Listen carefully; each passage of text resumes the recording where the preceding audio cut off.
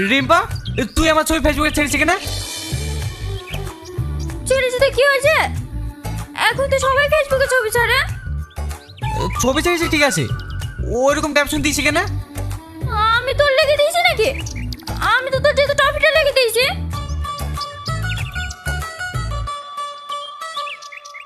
দেখো তো বড় মা, আমি কি কিছু ভুল লিখেছি নাকি?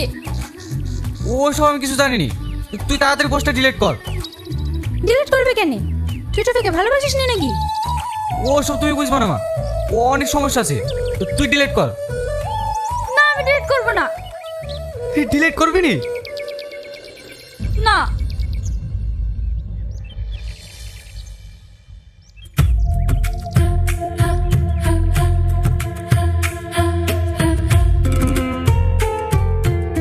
লে ধর। দেখিছো বড় মা, ছবিটা ডিলিট করে দিল।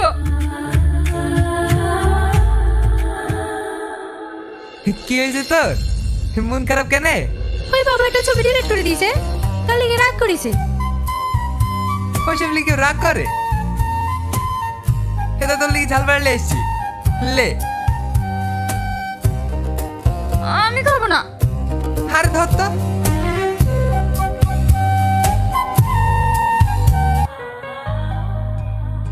ফ্যামিলিতে প্রবলেম হতেই পারে, তাই বলে পড়াশোনা ছেড়ে দেবো বললে হবে?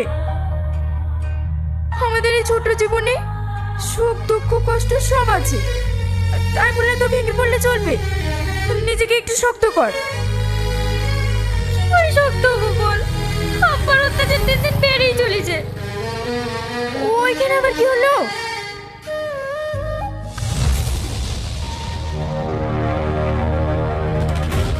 গাড়ি তো আর আস্তে চালাবে না, নিজেও মরবে আর পাঁচজনকে নিয়েও মরবে।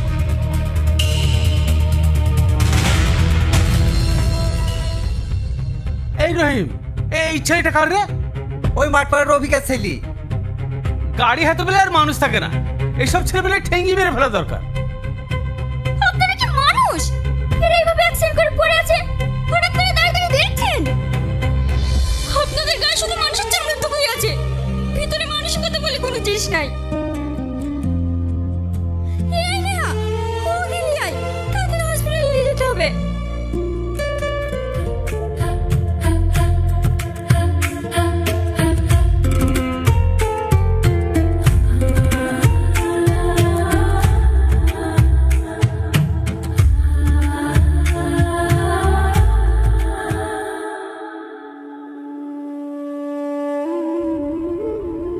কিভাবে গাড়ি চালাচ্ছিলি বলতো? হতে পারে না টুকটুকি চোখে দেখতে পারিনি। হাতে পায়ে কতখানি লেগেছে দেখো দিনি।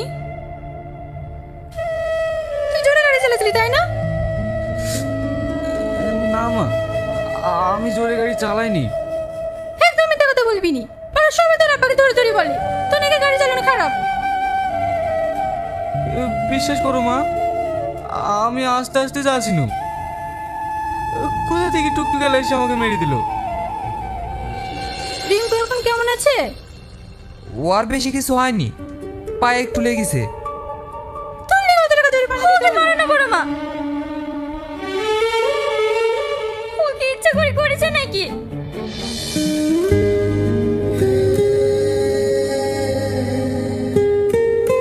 রিম্পা, তুই বাড়ি চলে যাবো তো।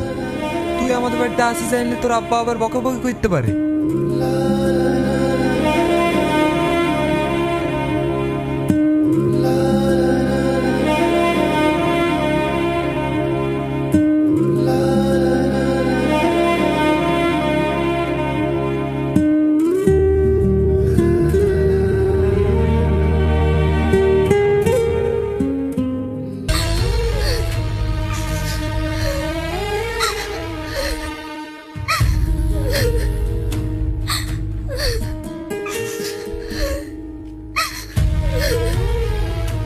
কাঁদিস না রিম্পা, তুই কি করবি বল?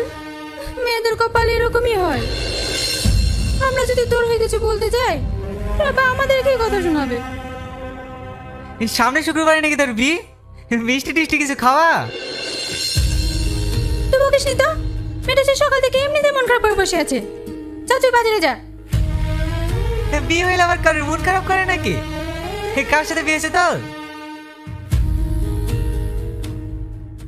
ওই পাড়া মরলের ছেলে বজলুর সাথে। হ্যাঁ, বজলুর সাথে?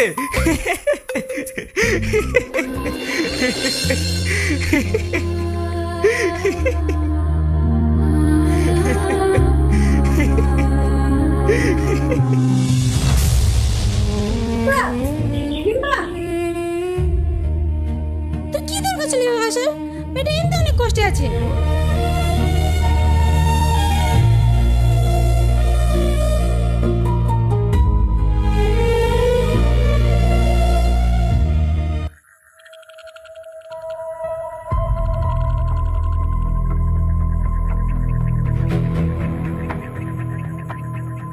এত রাত আমাকে এখানে ডাকলি কেনে? কি হয়েছে? রাজু, যা তুই বাড়ি যা। আমি একা একা বাড়ি যেতে পারবো নাকি? সব পারবি, চ।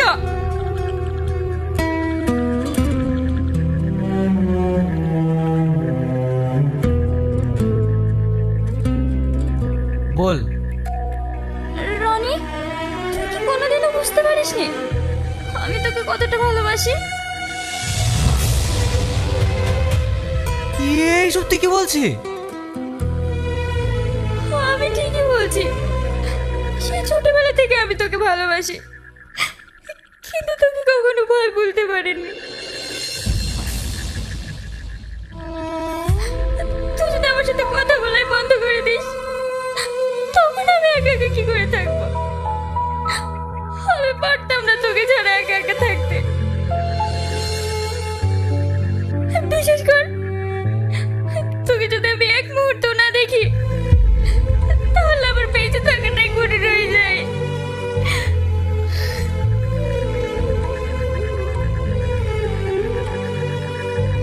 আমার যদি অন্য কোথাও বিয়ে হয়ে যায়, তখন আমি তোকে ছাড়া থাকবো কি করে? চল আমরা বিয়ে করে ফেলি। তুই আমাকে বিয়ে করে তোকে আমি অনেক সুখে রাখবো। আমার যত ভালোবাসা আছে আমি তোকে সব দেবো। তুই যা যা করবি আমি তোর জন্য সব কিছু করবো। চল আজকে আমরা বিয়ে করে ফেলবো।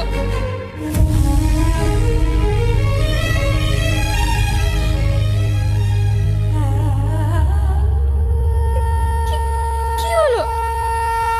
তুই আমাকে বিয়ে করবি না?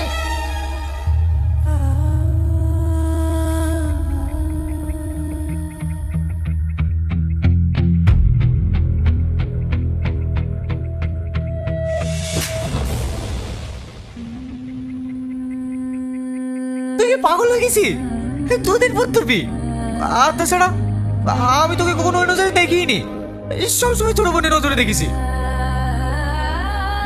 দেখ, তুই পাগলামো করিস নি, বিয়েটা করে ফেল। দেখবি তুই অনেক সুখী হবি। আমি চাই না সুখী হতে। আমি শুধু তোকে চাই। কেন বলতে পারছি না?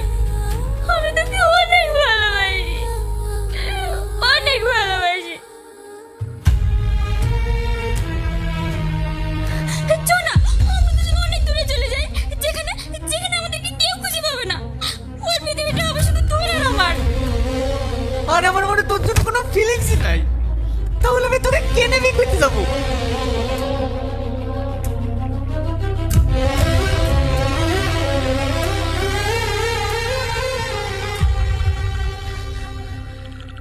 একটু ঠান্ডা মাথায় আমার কথাটা বোঝার চেষ্টা কর। তুই আমাকে ভালোবাসিস, কিন্তু আমি তো তোকে ভালোবাসিনি। আমাদেরকে যদি কেউ এখানে একসাথে দেখে ফেলে, তাহলে অনেক বড় সমস্যা হয়ে যাবে। যা, তুই বাড়ি চলে যা।